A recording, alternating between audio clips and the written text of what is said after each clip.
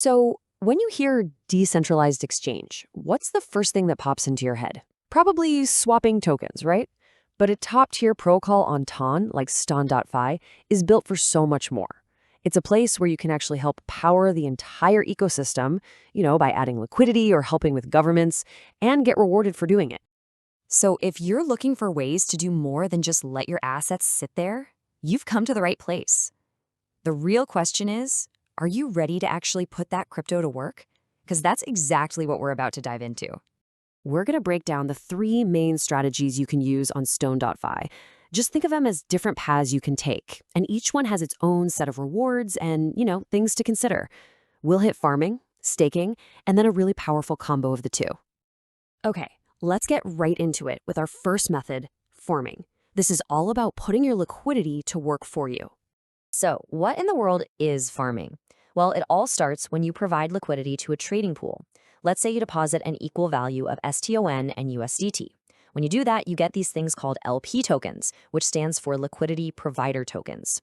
Farming is what you do next. You take those LP tokens and you stake them.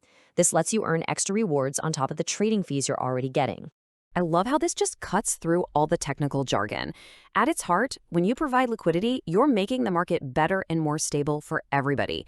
It means swaps happen more smoothly, and for being a useful part of the ecosystem, well, you get rewarded. It's really that simple. And check out how ridiculously easy Stone.fi makes this whole process. It's all done in a single transaction. You just add your liquidity, hit that Get Farm Rewards button, and confirm. That is it. Your LP tokens get staked automatically, and you start earning right away. No messy, complicated steps to worry about. Okay, so it's super important to understand both sides of the coin here. The upside is awesome. You're earning from two different places, swap fees and farm rewards. But on the flip side, you got to keep two things in mind. Something called impermanent loss, which we'll get to in a sec, and the fact that some farms might have lockup periods. All right, let's demystify that term impermanent loss. It sounds way more complicated than it is. Basically, it's just the difference in value between your assets sitting in a liquidity pool versus what they would have been worth if you just held them in your wallet.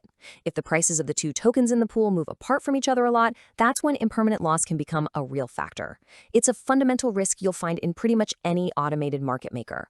All right, let's shift gears and move on to method number 2, staking. Now, this is a totally different game. It's all about the protocol's own token, STON, and it gives you a real say in the platform's future. And this right here clears up a super common point of confusion. With farming, you're staking those LP tokens, right? The ones that represent your share of a pool with two different assets. But with staking, there's no pool. You are locking up your STON tokens directly to show your support for the protocol itself. And the reward for staking is pretty cool because it's twofold. Yeah, you get your rewards from the protocol, but just as importantly, you get influence. Your stake gives you voting power in the Stone.fi DAO. That's the Decentralized Autonomous Organization. You literally get a say in how the whole protocol grows and changes. This little diagram shows you exactly what happens when you stake your STON. It unlocks two very different kinds of rewards, and they each have their own purpose. So let's break down what this ArkInStone and Gemstone stuff actually is. First up, you get ArkInStone. Think of this as your personal key to the DAO, your proof that you're invested in the project. It's what's called a non-transferable NFT, and it's what holds all your voting power. Then you also get Gemstone. This is our regular token that's all about community engagement. Its exact use, whether for special perks, incentives, whatever, that gets decided by the DAO, the community itself. And yep, you guessed it, just like with farming, the process is incredibly simple. You just head over to the Stake tab, decide how much stone and for how long you want to lock it up, and confirm. Bam. Your stake is active, and you've got your governance rights and rewards rolling in. All right, we've covered farming to put your liquidity to work and staking to support the protocol. Now let's talk about the power move, combining them with the Boost program to seriously multiply your rewards. It really is as simple as its equation. When you do both, you stake and you farm during a Boost campaign, you don't just add the rewards together. No, you actually multiply your farming rewards. It is the ultimate reward stacking strategy on the platform, for sure. Now, there are a couple of really important rules of the game here. First, the Boost program runs in special campaigns. It's not on all the time. And second, you have to be doing both things at once. You must have stone staked and be farming in the specific pool that's eligible for that campaign, like the Stone USDT V2 pool. So how big of a boost are we actually talking about? Well, this table lays it all out. If you stake at least 500 stone, you can multiply your farm APR by up to 1.5 times. And if you go big and stake over 1,000 stone, that multiplier can shoot all the way up to 2 times your original farm APR. That's a huge difference. Activating the boost is really just putting together the pieces we've already learned. First, you stake your STON to get into one of those tiers.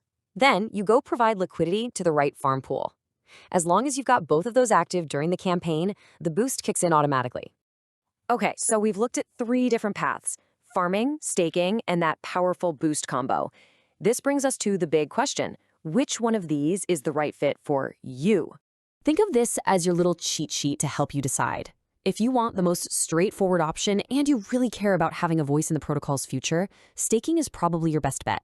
If you're more interested in earning rewards based on what the market is doing, then you'll want to look at farming. But if you're all about maximizing your potential returns, then going for the boost farm APR is a no-brainer. So the choice is yours. Are you going to provide liquidity and farm? Or are you going to lock in STON for governance and staking rewards? Or maybe you'll combine them both for the maximum effect. Whatever you decide, your journey into making STON.fi even stronger and putting your crypto to work starts right now.